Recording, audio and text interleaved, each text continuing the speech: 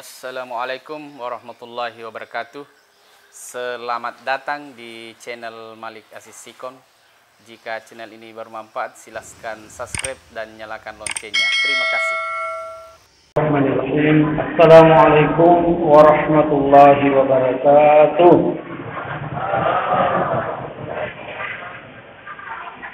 Alhamdulillahi bil iman, walhamdulillahi bil islam, walhamdulillahi bil Quran, walhamdulillahi bi syahri Ramadan. Wassalatu wassalamu ala Rasulillah wa ala alihi wa ashabihi wa man wala. Bapak-bapak, ibu-ibu, para jamaah salat Isya yang berbahagia. Saya bersyukur kepada Allah Subhanahu wa taala atas izinnya kembali kita hadir bersama-sama melaksanakan kewajiban salat Isya dan selanjutnya dilanjutkan beberapa menit untuk nasihat menasihati. Salam dan salawat kita haturkan kepada Nabi kita, pemimpin kita, teladan kita, Nabi Muhammad sallallahu alaihi wasallam. Para jemaah sekalian, kita telah melalui hampir 2/3 Ramadan dan tinggal 1/3. Pengaruhnya tentu kita rasakan semua. Iman meningkat, takwa, kita semakin bersemangat, semakin sabar, semakin halus, semakin berakhlak mulia dengan ibadah-ibadah yang telah kita lakukan.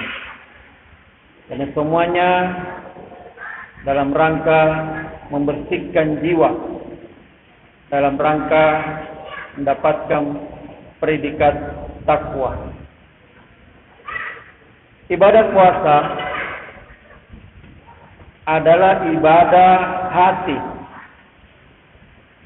Dan kita tahu bahwa iman dan takwa tempatnya di hati. Rasulullah SAW menyampaikan at-taqwa hahuna sambil menunjuk di dadanya. Takwa itu ada di sini, kata Rasulullah SAW. Ini dia senantiasa kita bangun, kita rawat supaya semakin subur iman, semakin bersemi iman di dalamnya. Para jemaah sekalian, Al-Quran yang juga merupakan hal yang sangat penting untuk kita yakini. Berarti dengan puasa yang kita lakukan, puasa yang melatih kita ikhlas, maka kita akan mendapatkan situasi semangat untuk melaksanakan ibadah lebih bersemangat lagi, lebih meningkat lagi. Terutama dengan Al-Quran disebutkan di dalam Al-Quran itu sendiri, ya ayyuhalladzina amanu, hai sekalian orang-orang yang beriman, aminu billahi wa rasulih, berimanlah kepada Allah dan Rasulnya, wal kitabil ladzi nazzala ala rasulih, wal kitabil ladzi anzala min qabl, dan kitab yang diturunkan kepada Rasul dan kitab yang diturunkan sebelumnya. Jadi kita diperintahkan di samping beriman kepada Allah, kepada Rasulnya, kita juga diperintahkan untuk beriman kepada kitab, kepada Al-Quran. Perlu kita segarkan pengetahuan kita bahwa sesungguhnya yang paling pertama diperintahkan dalam syariat agama ini adalah perintah untuk membaca Perintah untuk membaca. Iqra, bacalah. Jadi tidak heran kalau kemudian umat Islam ini tidak bisa dipisahkan dengan kegiatan membaca. Apa yang mau dibaca? Al-Quran. Maka kita sekarang ini sudah memasuki malam yang ke-20, kami malam ke-19. Berarti kita telah minimal juz ke-19. Minimal sekali. Ya. Karena kita ingin menamatkan minimal sekali Al-Quran ini. Bahkan lebih daripada itu. Lebih daripada itu. Ya. Kita rencanakan 2 kali, 3 kali kalau perlu. Ini bulan Quran. Syahrul Ramadan, bulan Ramadan. Alladzi unzila fihil Quran. Yang padanya diturunkan Al-Quran pertama kali secara utuh. Seperti yang ada sekarang ini. Kemudian turun secara beransur-ansur. Kurang lebih 23 tahun lamanya. Jadi Al-Quran yang mulia diturunkan oleh Allah yang maha mulia lewat perantaraan malaikat yang mulia pada Rasulnya yang termulia dan insya Allah pada umat yang dimuliakan oleh Allah Subhanahu Wa Taala. Yaitu dengan bagaimana menjadikan Al-Quran ini sebagai teman, sebagai sahabat. Di mana-mana kita berusaha membaca dan mempelajari Al-Quran. Bukan hanya membacanya, tapi berusaha mengetahui apa yang dikandung dalam Al-Quran. Ketika kita membaca Al-Quran, hadirkan di perasaan kita, penghayatan kita bahwa kita sedang mendengar Allah sedang berbicara. Karena Al-Quran ini adalah kalamullah, kalam ilahi, ucapan Allah. Karena ucapan ini sangat mulia, maka ketika mendengarkan Al-Quran dibaca, apakah kita yang membacanya atau orang lain yang membacanya, maka Al-Quran ini memberikan adab-adab petunjuk. Wa idza quri'al Qur'an, apabila Al-Quran dibaca, fastami'u lahu, dengar baik-baik. Wansitu, diam perhatikan. La'allakum turhamun, supaya kamu dirahmati. Jadi salah satu cara untuk mendapatkan rahmat Allah, resapi kandungan Al-Quran yang sedang kita baca. Dan hadirkan di dalam hati kita, perasaan kita, penghayatan kita bahwa ini adalah kalam ilahi. Di mana kita harus mendengarkan ucapan-ucapannya. Ucapan Allah Subhanahu Wa Taala. Ketika Al-Quran dibaca lalu mengatakan, Ya ayyuhalladzina amanu. Maka ayat itu diturunkan kepada kita yang sedang membacanya. Jangan sementara kita mengatakan ini untuk orang lain, untuk saya. Ya. Di dalamnya ada perintah. Setelah ya ayyuhalladzina amanu. Dan kemudian mungkin ada larangan. Maka siap-siaplah untuk melaksanakan perintah Allah. Dan siap-siaplah untuk menjauhi larangannya. Ketika Al-Quran mengatakan, wahai orang-orang yang beriman, jangan kamu makan riba. Maka hati kita bergetar karena takut kepada Allah. Ada keyakinan yang sudah terbangun dari ibadah puasa yang kita lakukan. Mengapa puasa ini diistimewakan? Kaitannya dengan iman, karena inilah ibadah yang kita lakukan, tidak ada yang mengetahuinya kecuali hanya Allah Subhanahu Wa Taala dan kita sendiri. Tidak ada orang yang tahu bahwa kita sedang puasa. Kalau ibadah lain mudah diketahui, salat, zakat, haji, tapi puasa tidak ada yang dapat menjamin bahwa orang ini sedang puasa. Tidak ada. Tidak ada. Hanya Allah. Karena itu terlatih kita untuk melakukan hal-hal yang tersembunyi yang hanya diketahui oleh Allah dan kita sendiri. Karena itu semakin terbangun di hati kita keyakinan yang kuat tentang janji dan jaminan Allah Subhanahu Wa Taala. Karena kita yakin bahwa Allah memberikan jaminan janjinya dan tidak pernah meleset, tidak pernah salah di dalam janji dan jaminan Allah Subhanahu Wa Taala. Ketika Allah Subhanahu Wa Taala lewat Rasulnya menyampaikan siapa yang berada dalam majelis Al-Quran, ya.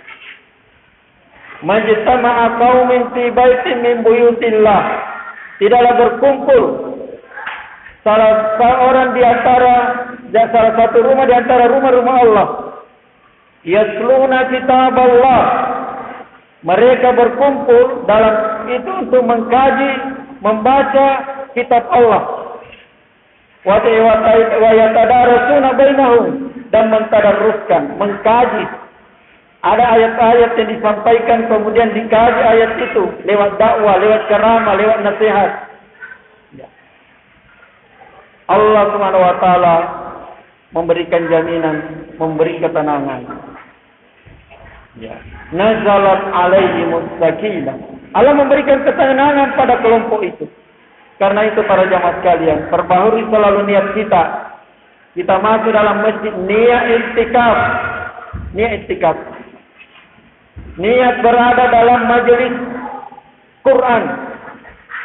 Majelis Quran ini juga namanya majelis taman-taman surga. Jadi siapa saja yang ada imannya pasti merasa segar, merasa sejuk, merasa bersemangat di dalam taman-taman surga tersebut. Karena keyakinannya. Kalau terbiasa kita dengan taman-taman surga, berarti sudah dekat dengan pintu surga. Apa yang membatasi kita dengan surga? Insya Allah tinggal kematian. Ya. Jadi terbiasa. Allah berikan ketenangan. Kenapa kita malas? Ya. Nah, ada jaminannya ketenangan. Nazalat alaihimus sakinah. Apalagi wa ghasyiyatuhumur rahmah. Diberikan, diliputi mereka dengan rahmat. Pamasena puang Allah Ta'ala. Kasih sayang Allah Subhanahu wa Ta'ala. Wa ghasyiyatuhumur rahmah. Yang ketiga, wa haffathumul malaikah. Kita dikelilingi oleh para malaikat yang mulia. Yang keempat, wa dzakarahumullahu fi man 'indah, dan disebut satu persatu nama kita di sisi malaikat yang mulia di langit. Itulah jaminan-jaminan orang berada dalam majelis tilawah Quran. Jadi ciptakan ini sebanyak-banyaknya. Di luar masjid ini kita bisa ciptakan di rumah kita. Kita duduk bersama istri, bersama anak, ambil masing-masing Quran, bergantian membacanya, bergantian memperbaiki dan mendengarkan bacaan yang dibaca. Majelis ini adalah majelis terhormat. Majelis ini adalah majelis taman-taman surga. Begitulah kira-kira jaminan-jaminan yang Allah janjikan. Nah, bagaimana Al-Quran ini? Al-Quran ini sebutkan hudal linnas, petunjuk bagi manusia. Kenapa manusia sesat? Kenapa tersesat? Kenapa sesak nafas? Menghadapi masalah, menghadapi tantangan, seolah-olah tidak ada jalan keluar. Stres. Wahai orang yang ada Qurannya, ada Al-Quran sebagai petunjuk. Bertanyalah pada Al-Quran, Allah akan berikan jalan keluar. Ya, tanya Al-Quran. Bagaimana caranya kalau begini? Jangan gunakan pikirannya. Al-Quran mengatakan, boleh jadi sesuatu kamu tidak suka, tapi itu baik bagimu. Wa asa an takrahu syai'an, fahuwa khairul lakum. Wa asa an tuhibbu syai'an, fahuwa syarrul lakum. Boleh jadi kamu tidak suka, tapi itu baik bagimu. Dan boleh jadi sesuatu kamu suka, tapi itu tidak baik bagimu. Wallahu ya'lamu wa antum la ta'lamun. Allah tahu dan kamu tidak tahu. Jadi petunjuk bagi manusia lengkap, wa bayyinatin minal huda wal furqan. Penjelasan dari Al-Quran dan petunjuk-petunjuk tersebut dan sekaligus sebagai pembeda. Itulah di dunia ini. Kita dimuliakan dengan Al-Quran. Kita dibahagiakan oleh Al-Quran. Kita sejahtera dengan Al-Quran. Jadi menikmati hati. Karena Allah sudah jamin seperti itu. Kalau kita tidak dapatkan, jangan salahkan Al-Quran. Kita yang salah. Belum seberapa perhatian kita kepada Al-Quran. Terakhir, Al-Quran di akhirat nanti menjadi penolong buat kita. Buat orang yang menjadikan teman di dunia ini. Sahibnya Al-Quran dijaga nanti oleh Allah SWT dengan Al-Quran ini. Ya. Puasa dengan Al-Quran kedua-duanya menjadi syafaat, lebih khusus lagi. Yashfa'ani yaumal qiyamah li abdi yaumal qiyamah. Kedua-duanya menjadi syafaat, penolong. Allah mengizinkan memberikan pertolongannya kepada orang yang membacanya di dunia. Perbanyaklah membaca Al-Quran. Perbanyak membaca Al-Quran. Ya. Perbanyak mempelajari Al-Quran. Hilangkan seluruh tantangan yang dapat membuat kita terhalang membaca Al-Quran. Orang kafir memang sengaja untuk menciptakan sesuatu yang dapat memalingkan kita dari Al-Quran. Wa qala al-kafiru, dan berkata orang kafir, la tasma'u li hadzal Qur'an walghaw fihi. Jangan dengarkan Al-Quran dibaca dan bikin hiruk pikuk. Bikin halangan, bikin rintangan supaya mereka tidak membaca Al-Quran. Jadi ada yang merencanakan supaya kita tidak membaca Al-Quran. Apa penghalang utama sekarang ini? Di samping hati kita yang dipenuhi dengan kotoran dosa, ya, maka HP adalah penghalang yang sangat ampuh membuat kita jauh dari Al-Quran. Ya. Walaupun HP di dalamnya ada Al-Quran, tapi ini yang memalingkan kita banyak jauh dari Al-Quran, tidak membaca Al-Quran. HP. Ya. Jadi kalau kita tidak mampu untuk memanage ini, maka kita akan larut, ya, dengan HP kita lantas kita tidak mengaji. Berjam kita tidak mengaji, padahal di sinilah kesempatan yang luar biasa. Sambil menunggu waktu kita mengaji. Sambil menunggu buka puasa kita mengaji. Baca Al-Quran. Tidak mesti harus besar suara. Dibaca, dilihat, diperhatikan, insya Allah. Ya. Jadi kedua puasa dan Al-Quran kedua-duanya menjadi syafaat.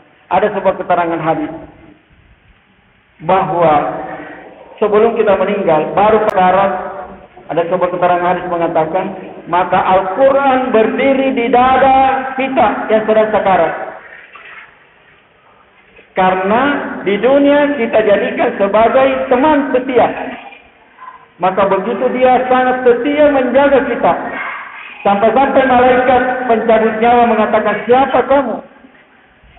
Lalu dia jawab, laksanakan tugasmu.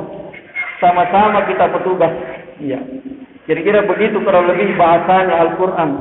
Laksanakan tugasmu, saya jaga orang ini biiznillah, dengan izin Allah.